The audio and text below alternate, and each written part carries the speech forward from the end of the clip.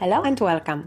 I'm Joanna Junak, and in today's episode, Roberto Sussman will explain to us the key factors that affect the vaping processes and the impact of temperature on its efficiency. Roberto, what physical factors determine whether vaping occurs under optimal conditions? That's an interesting thing, and it is closely related to the thermal parameters, the thermal processes that make vaping run. For example, I mentioned the energy that you supply. Well, that's power. Power is energy divided by time. There is a time there also. There is a time scale, the time that vaping takes place, right? You push a button. See, when you vape, and I'm going to do the experiment, right? I was delivering energy as much as I was inhaling, right? So there is an energy, an amount of energy, and a time. That's very important, and it gives you the supplied power, right? Okay, and and you have this supplied power. Now, inhalation is a flow of air. It's airflow. Air is flowing. How do you measure flow? The volume of air by second. Like, for example, typically, when you use a low power device, you're doing like, I don't know, like 50 milliliters per second, right? When you are doing direct to lung, you can do up to 200 or 300 milliliters per second, right? So here you have the different vaping style. First, the processes.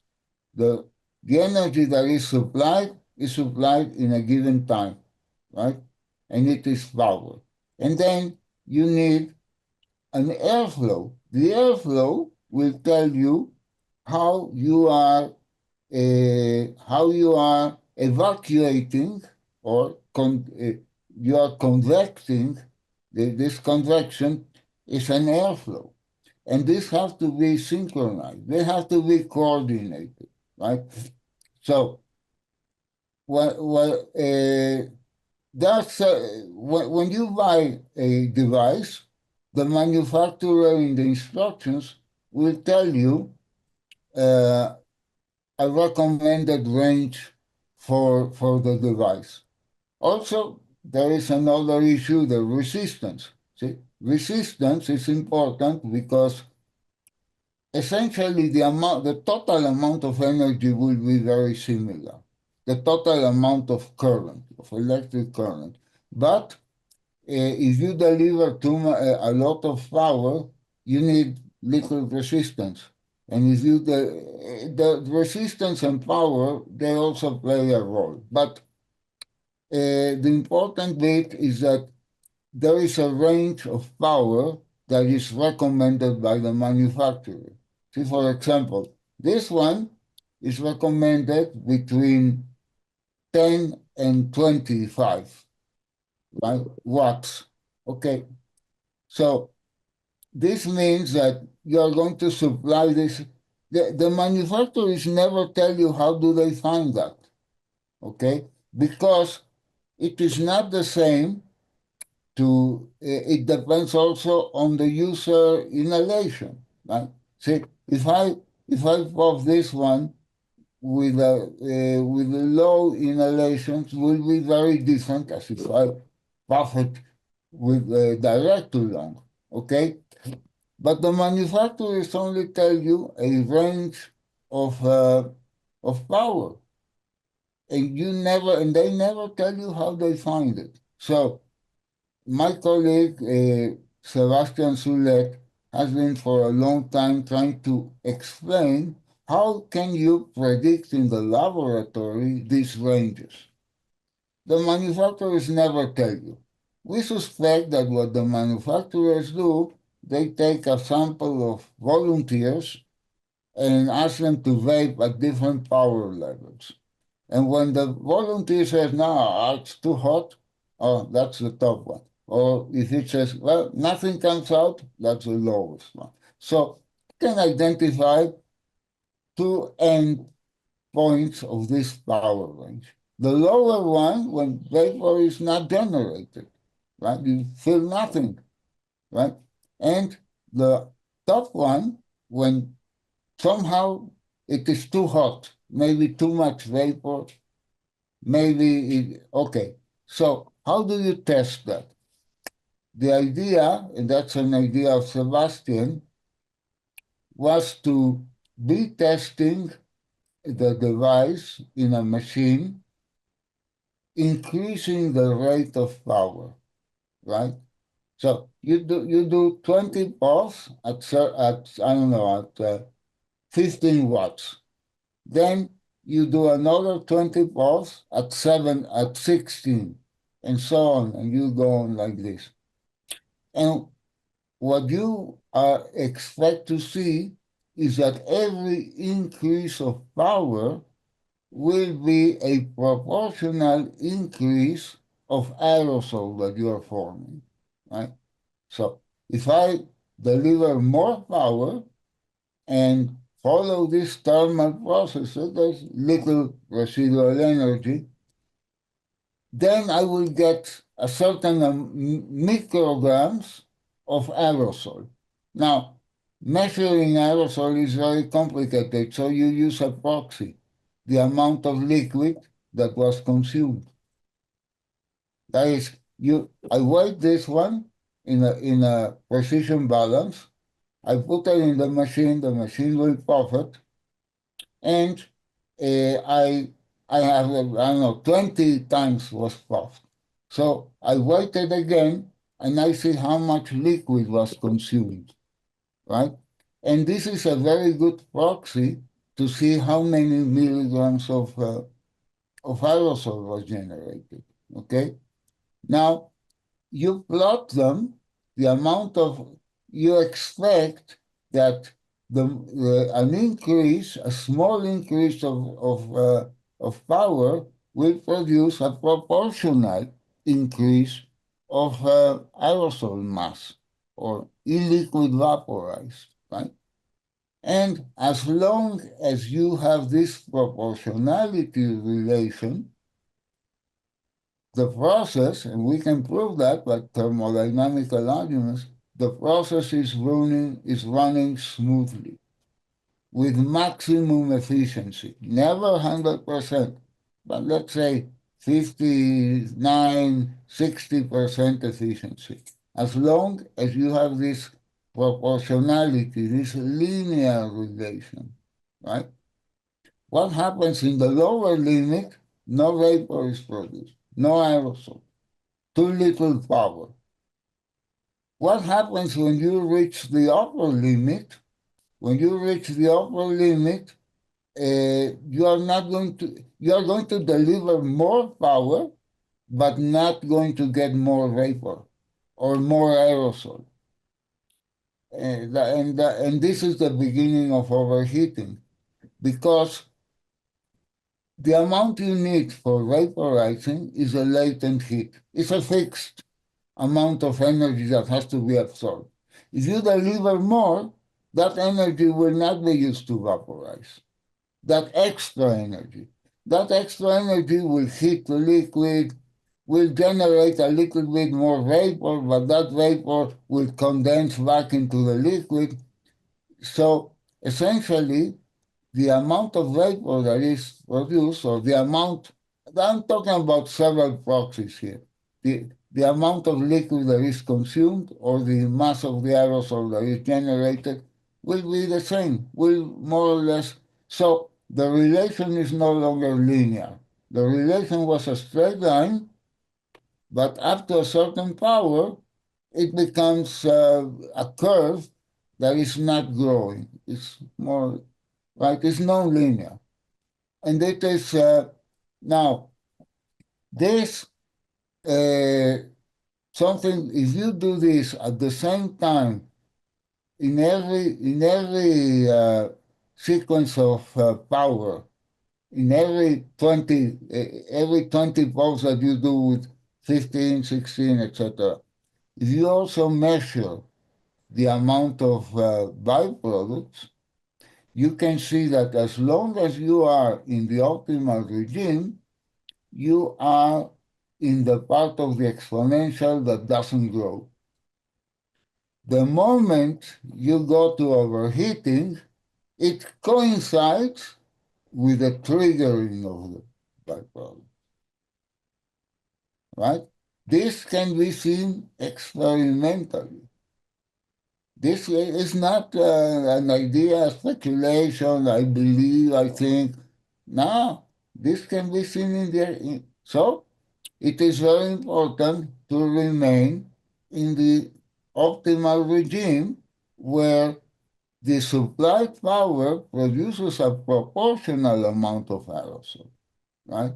Once the supplied power is not increasing proportion, the aerosol is not increasing proportional, that means that a lot of energy is going to be residual, right? Because you are still having the cycle, but you have too much energy that will stay there and will create a lot of problems. But also, the reactions are going to because the coil temperature at that point, that's another point, another issue. As long as you are in the optimal regime, the coil temperature coincides with the boiling temperature, more or less, roughly, because the coil is in the wick. Vaporization takes place in the wick. It is a small region, and the wick and the liquid at that small region are more or less in thermal equilibrium, same temperature, right? But what happens when you supply too much energy above the optimal regime?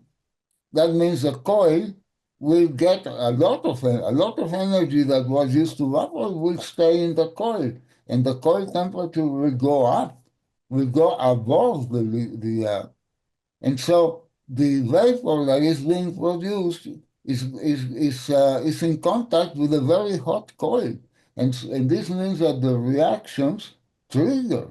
You get the exponential part of the reaction they trigger, and of course, okay, so this is what happens. This is how you determine the optimal regime. Now, the optimal regime gives you a power range. You know that between a minimal and a maximal power, things are going to be okay. But this range can be modified if you modify the mixture. That what I'm saying is valid for every mixture, every coil, and because it also depends on the coil or alloy, and also depends on the mixture, and it also depends on the airflow, right? So this is why to set up, to tell somebody this, you have to vape between this and between 10 and 25 watts. You have to know how the person is inhaling, right? You make assumptions about that. Because if the person is inhaling very hard, then the person can vape in larger volumes, in larger powers, right? If the person is vaping like very, very tiny, not much airflow, then the power ranges are narrower. So we believe that manufacturers simply take an average, right? But the optimal regime depends on how you vape, depends on your equipment, and depends also on the e-liquid mixture. So, but this can be regulated. I'm sure that this can be classified. You cannot classify every single issue, every single parameter, but you can have a network of parameters that can serve you, And this is in the experimental part of looking at the optimal functioning of the vapor is as I described, and it can be done in a laboratory. And what is the difference between underheating and overheating in vaping? Well, underheating is when you do not supply sufficient energy to generate the thermal cycle, right? No vapor is produced. And if no vapor is produced, no aerosol, because aerosol is condensation of the vapor, right? So that's very easy. And normally it doesn't happen, right? Now, overheating is when you supply too much energy to the coil. What happens is that this extra energy will not be used to vaporize the liquid, to generate vapor. Because to generate vapor, you absorb a fixed amount of energy at a fixed temperature, the boiling temperature. If you put more energy, that energy will not be used to vaporize. Will be used to heat the coil, to heat the liquid, to heat the air that is in the atomizer, the walls, and so on. And also, a lot of byproducts will be generated. And the fact that a lot of byproducts are generated is felt by the user because it will modify the chemistry of the aerosol, right? And also, more important is the temperature goes to, let's say, to 300, 350 degrees. Remember, the top temperature has to be 288. If you are already 300, then you have reactions with the wick. The wick is made by organic matter. The wick is organic matter. It's made by cellulose. And so if you heat if the gas, if the wick is in contact with a coil that is at 350 degrees, you will have reactions that affect the wick. And these are more complicated reactions than the reactions that involve only the solvents in gaseous form, right? So the user will suddenly feel a deterioration of the taste.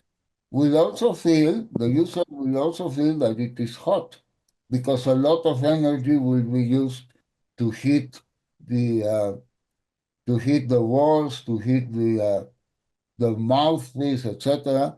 But then the moment the wick starts being pyrolized, there's pyrolysis in the wick at 350 degrees, then the taste really deteriorates. And of course, if you keep increasing the temperature, you will, and that also requires a special explanation. How do you get from overheating to the dry puff? The dry puff is the end product, but you can get already a deterioration of the taste when the liquid is still there, right? Only when the liquid depletes you have the dry puff. However, okay, these are but what I'm trying to say is that the dry puff is not an isolated event in the sense, oh, everything was fine. Suddenly the liquid depleted, but no, it's not like that. It is a process. It can be very fast. It gives you the impression that it's instantaneous, but it's not instantaneous. And once the wick becomes sterilized, the taste is completely degenerated. You feel a taste like burnt almond, but burnt almond can be identified with compounds called furans, and furans can be produced when the wick starts to pyrolyze, right? So this is what happens in overheating. Overheating is, now I insist that users detect it. A user knows nothing about chemistry or physics or pyrolysis or blah blah. Doesn't know that, but the user will feel it if there is an overheating situation, and it can happen if in several ways it can happen that the user does not know. For example, one way when you can have certainly secure overheating is if you take a very powerful device that should be operated at, say, 50 watts, and you puff it with a very tiny inhalation. See, if you take a joule, for example, this is a very small, very low power device. To puff this device, you need only a very small airflow. You don't need the suction is very low. Now, if instead of this or a low power device have a powerful monster and you puff it the same way as you would puff a small power device, you burn yourself. Why? Because the coil will produce, you are supplying a lot of energy, 50 watts, and so you are vaporizing a lot of liquid. But you need to do the cycle efficiently, you have to evacuate this liquid efficiently. So you need a large airflow, an intense inhalation. If you do an intense inhalation, then you evacuate it and you keep the cycle with very little residual energy. Now, if you do not evacuate this vapor with sufficiently strong inhalation, you will leave a lot of hot vapor there. And that hot vapor, so a user will not do that, right? But a machine doesn't care. So one of the ways that you can produce very easily overheating conditions and a lot of byproducts, of toxic byproducts, is by puffing very powerful devices in your machine with very tiny airflows. Okay? A human would not do that. At the first puff, the human would say, no, no, no. But the machines go on. And this is a very typical, the most frequent way in which you can artificially produce in the laboratory overheated aerosols that are very toxic. These are very toxic. And so you take this aerosol and you put it to the cells or to mice, and the mice will get sick and the cells will die and so on. And then you say vaping is bad. But no, it is a bad experiment. And this is a very common way. There are other ways. For example, if the puffing machine puffs too frequently, and I can talk about that maybe in another session, all the experimental problems. But normally, I insist, go back to the beginning. The user is able to tell when when the electronic cigarette, when the vape is not working properly. You feel it. And that means that you are either not puffing it the way it should, maybe the coil is already worn down, maybe your liquid is depleting too much. All of these are related to these problems. Why the liquid depletes very fast? Because excessive residual heat will heat the liquid, the bulk of the liquid. And this will change the viscosity, and this will change the capillarity. And but you will not produce too much vapor, but the liquid will decrease. And it is all connected to these thermal processes, but the user doesn't know anything about like that. The user just feels it, right? Stay tuned for the next part of our science series coming in a couple of weeks.